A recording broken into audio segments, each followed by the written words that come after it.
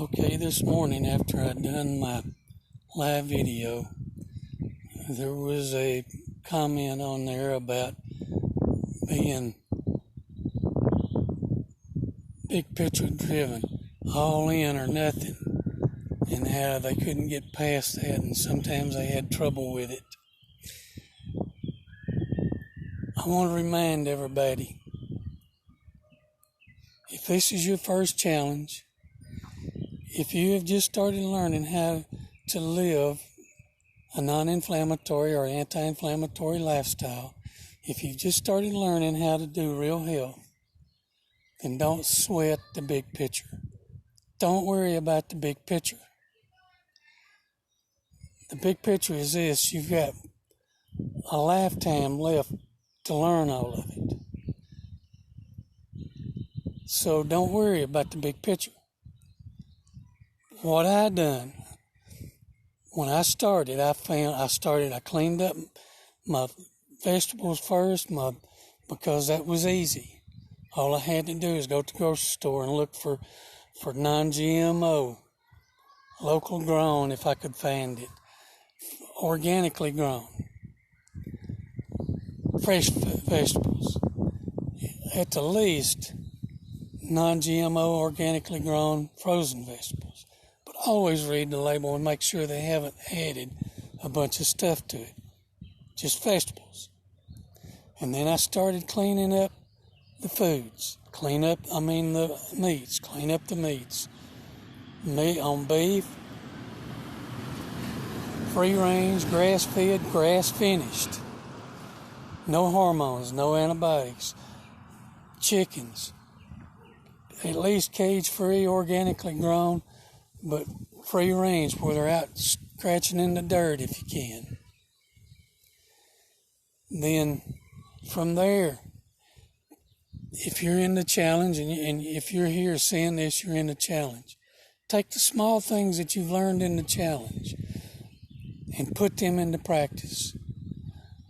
Don't worry about some of the other teachings that Dr. Living Good has done so far, as some of the cookware and some of the other things. Concentrate on what you can do right now. Clean up the sugars. Get the sugars out. I have one document that shows at least 59 different names of sugar that's on food packages. Learn what they are. Get the sugar out where you can control your insulin going up and down, and your blood sugars going up and down. When you do that, you quit going to high insulin levels and fat storage, and you drop down to fat burning. Concentrate on your good fats. Put the good fats in. Forget about the age-old training that saturated fats are bad. Not all saturated fats are bad. Get into the good fats. Do away with the rancid oils. Do away with the chips. And all of the things that you know you can do away with. Get them out. One step at a time. Don't worry about the cookware. Don't worry about the plastics. You've got time to learn that later. Get into the challenge, one step at a time. It's like a baby learning to walk. This is what I've always thought of. I've watched some of these little ones that we watch here. They come in here as an infant. They can't do anything. Somebody's got to take care of them all the time. And then they start learning to sit up. And they'll sit up and then they'll fall. And then they'll sit up and then they'll fall. And then the next thing you notice, they're sitting up again. And then the next thing they'll start pulling up, and then they'll fall, and they'll pull up, and they'll fall. But the next thing you'll see is them standing up, and they'll take the first step, and then they fall, and then they get up, and they take another. And the next thing you know, they're walking. Baby steps. One step at a time. One step at a time. Don't worry. If you fail, don't worry. Get up and start over. Get up and start over. This has got to be something you can do every day of your life for a lifetime. Diets don't work. I've tried diets. I've failed diets over and over. The reason that don't work is because the first thing they tell you to do is you can't have this and you can't have that. And they take this out and they do away with that. And the next thing you know, you've done away with all this and you're craving the sugar, or you're craving the pizza, or you're craving the things that you used to have. And you say, well, I'm craving them, so I'm going to go eat it. So you eat it. And then you convince yourself, well, I failed, so there's no use. It's too hard. So I quit. That don't work. A lifestyle change works because you learn what to use by taking out white flour and using coconut or almond flour or spelt or some of the ancient grains. Don't worry about what they taste like. You'll learn to like them. Just remember, the gluten and all of the pesticides and all of the things that's in the white flour is what's causing your bad health. You got to get rid of it. Kick it out. Learn. I got to suck it up, Buttercup. I got to suck it up and learn to try something I don't like for a little while, and I'll learn to like it. But always remember, if you get to craving something, have a vacation day. Don't have a vacation week. Don't have a vacation month.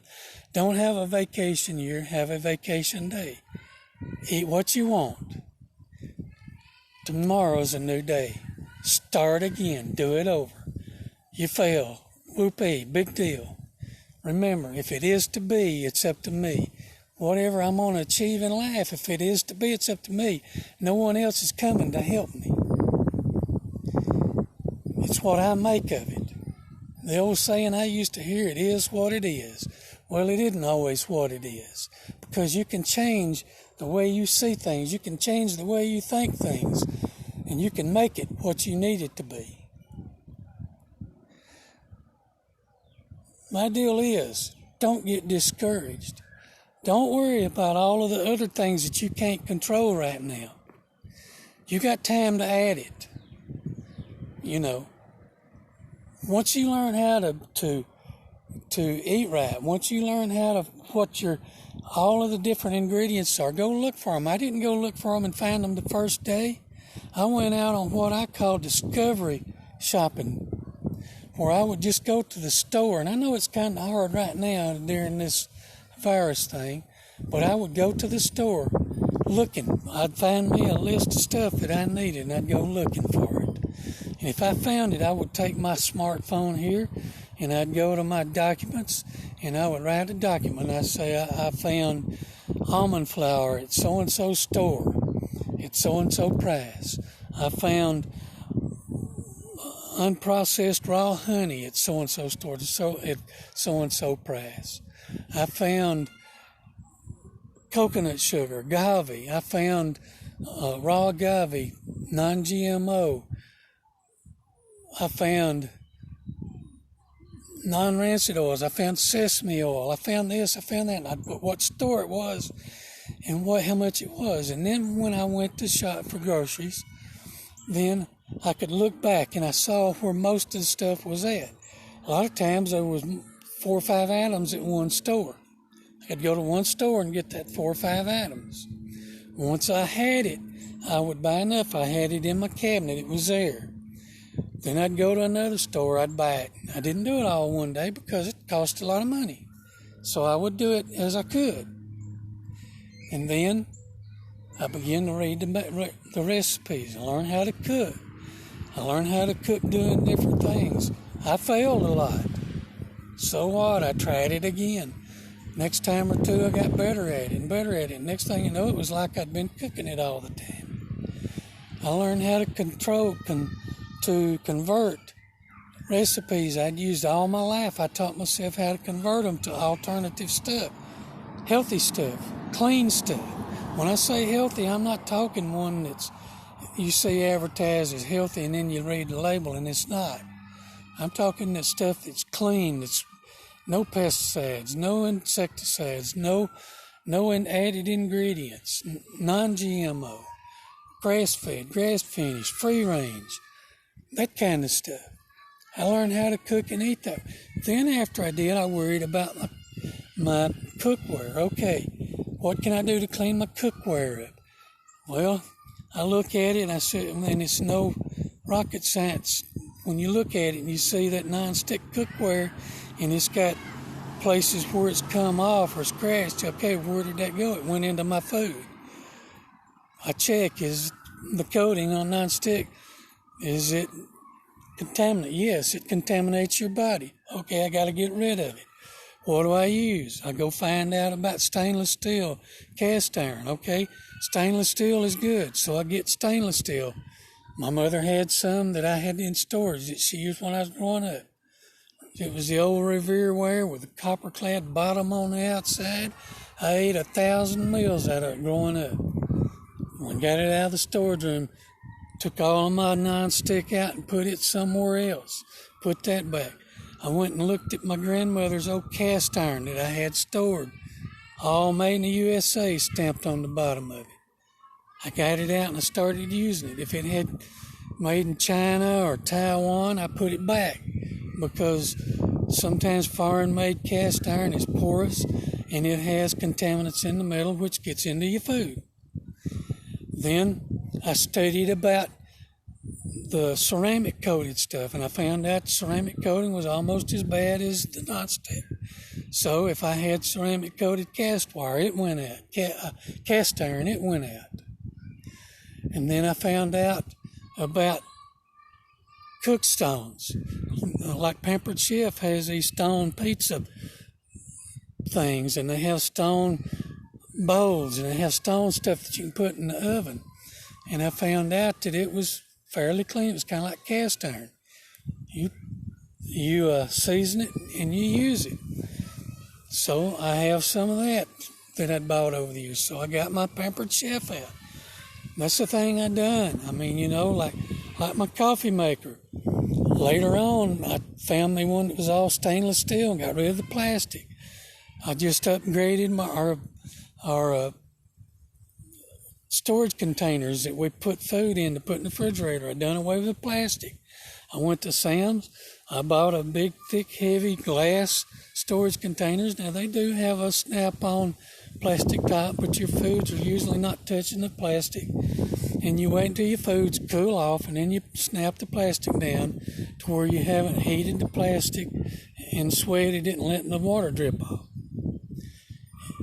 It's just simple things. Change it one time, one at a time. Baby steps. Don't give up. Don't get discouraged.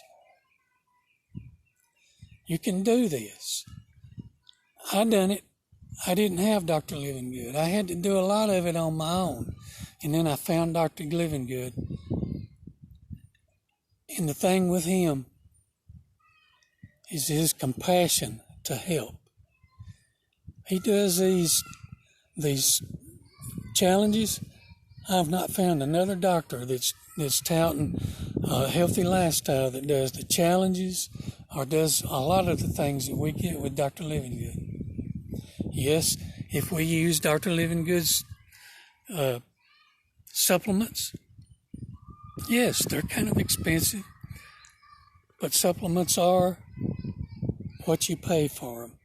You get what you pay for. The cheap ones are loaded with cheap ingredients, contaminated ingredients, the cheapest way they can get in. And if you go to Walmart and buy the Walmart brand, the Spring Hill or whatever it is, you might as well chunk that in the trash can right now, because it is cheap.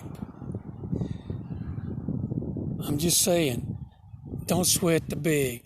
Do the small that you can do, and as you learn it, and your health begins to get better, then add something else, and then add something else, and then add something else.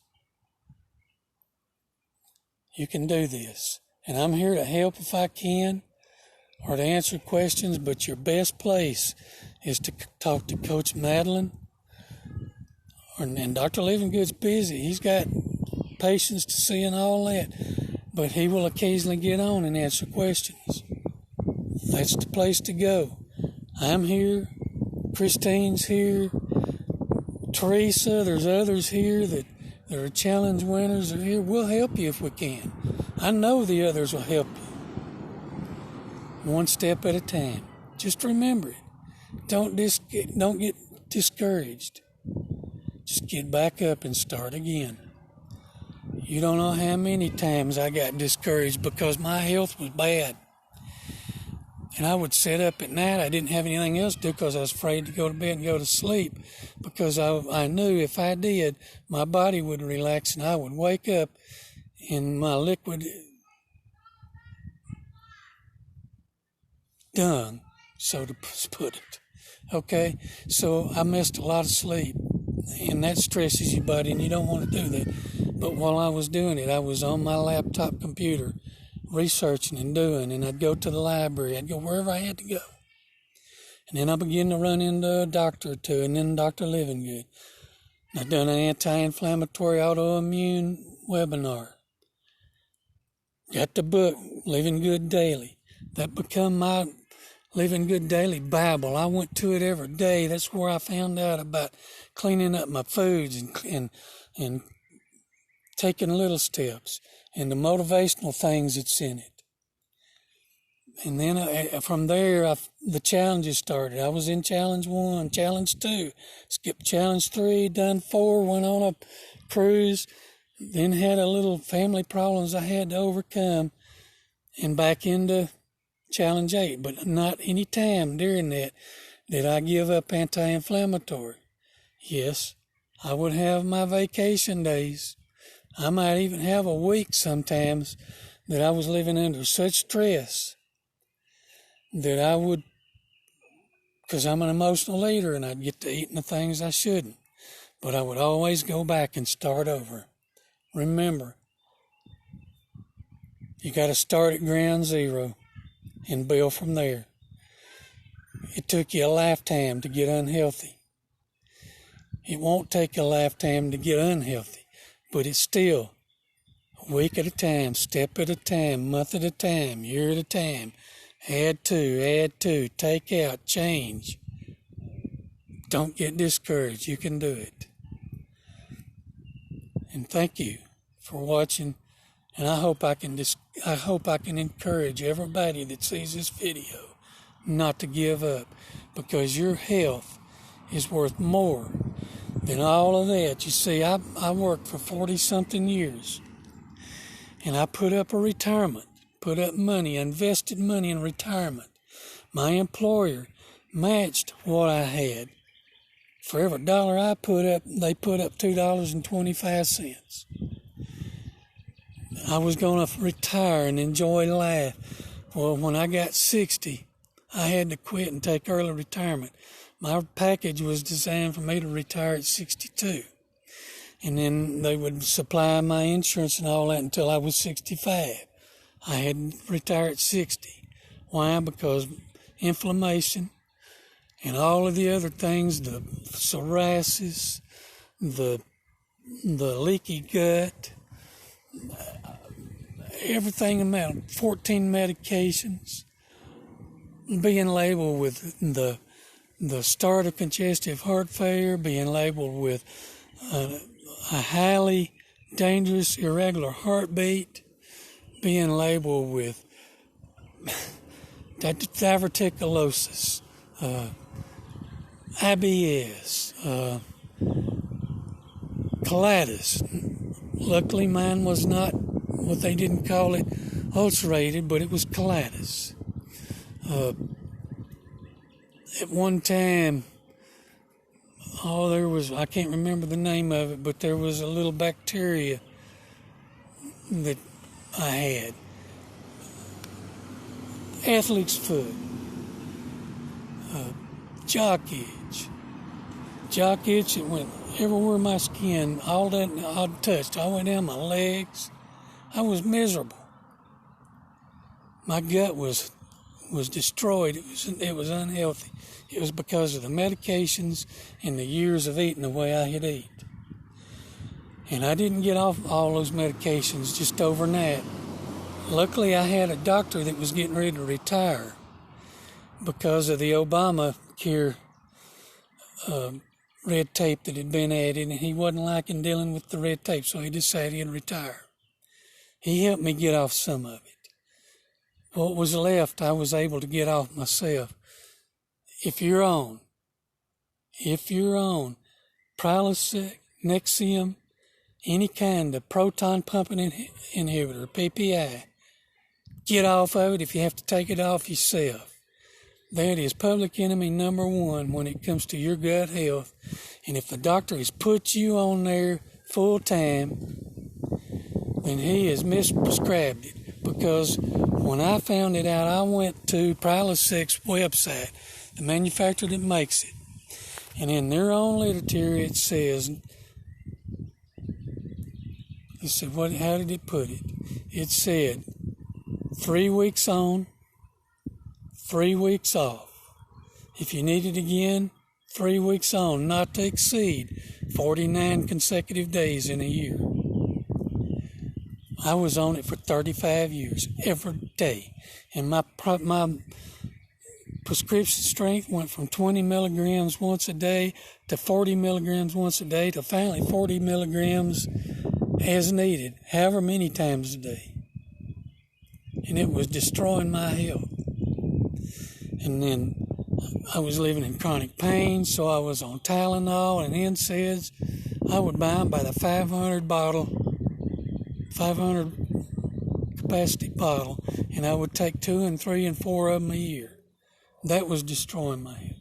All the prescription medicines were. I didn't get off of it overnight. I worked. It took a lot of work.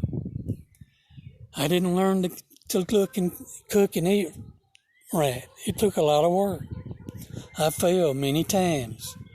I failed on my supplements. I would try and they wouldn't work, and I'd throw them away and I'd go try something else. And then I began to notice I was getting an overload of magnesium stearate, because magnesium stearate is in everything, and it was chemical form. So then I had to find it had magnesium stearate that was in a vegetable form, but it's better if you can find it don't have it at all.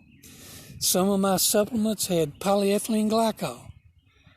That may not mean nothing to you, but it means something to me, because I worked in the heavy equipment repair industry, in the automotive industry, repairing stuff. You know that gallon bottle of stuff you go buy to pour in your radiator to keep your car from freezing? Main ingredient of that, polyethylene glycol. It's a poison. It's sweet, but it will kill you if you eat or drink enough of it. That was in some of my supplements.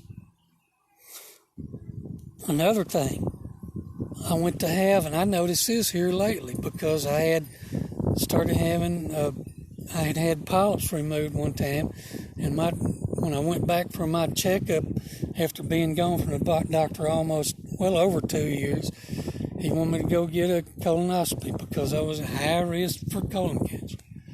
Well, I finally agreed to it because I have lost people to cancer. Well, when they give me this big gallon jug that you mix with water, and I begin to look at the ingredients, what was it? Polyethylene glycol with some numbers behind it. A poison that would make your gut go into overtime and clean you out. But it was a poison. You know, polysorbic 80 in foods, it's everywhere. Polysorbic 60. It's all poisons. Fillers like datum, made from red seaweed, has no nutritional value. The body sees it as a foreign invader, so it fights it with inflammation. Inflammation is not your enemy to begin with. It's your body's natural way of fighting an infection or a foreign invader. But what happens is we eat so much that has so much inflammatory stuff in it till inflammation gets higher and higher and higher until it attacks your own body, and then it becomes the enemy. So I'm just saying, there's no way you can do it all at once. Don't see the big picture. Take a little bit of the picture, work toward that, achieve that, and then add a little more to it, and then a little more. And I done went further and longer than I wanted to go. So I'm going to say good luck to everybody, and get in. And if you haven't achieved your goals, try another challenge and another one.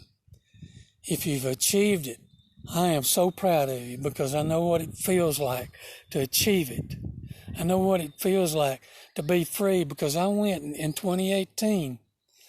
In December, I went on a cruise, and I was still on a walker and a cane a little bit. 2019, I went and I walked. I enjoyed life. First time I've enjoyed life, pain-free, able to walk in years. So, remember, small picture, one step at a time. Don't give up. If it is to be, it's up to me. Remember that.